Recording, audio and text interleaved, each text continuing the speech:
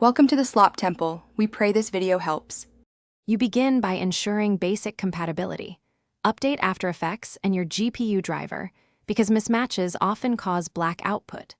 Once done, save a copy and reset preferences by holding Ctrl plus Alt plus Shift while launching to clear corrupted settings.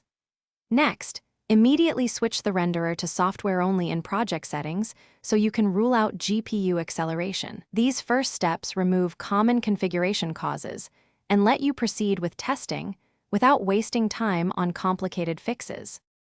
Now focus on the project internals. You check footage interpretation for premultiplied alpha or odd color profiles that render black.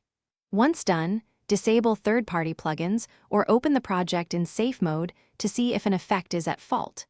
Make a new composition and drop a simple solid or a freshly imported clip to test render output. This narrows the problem to project assets versus application-wide issues. If the new comp displays, progressively reintroduce layers to find the culprit.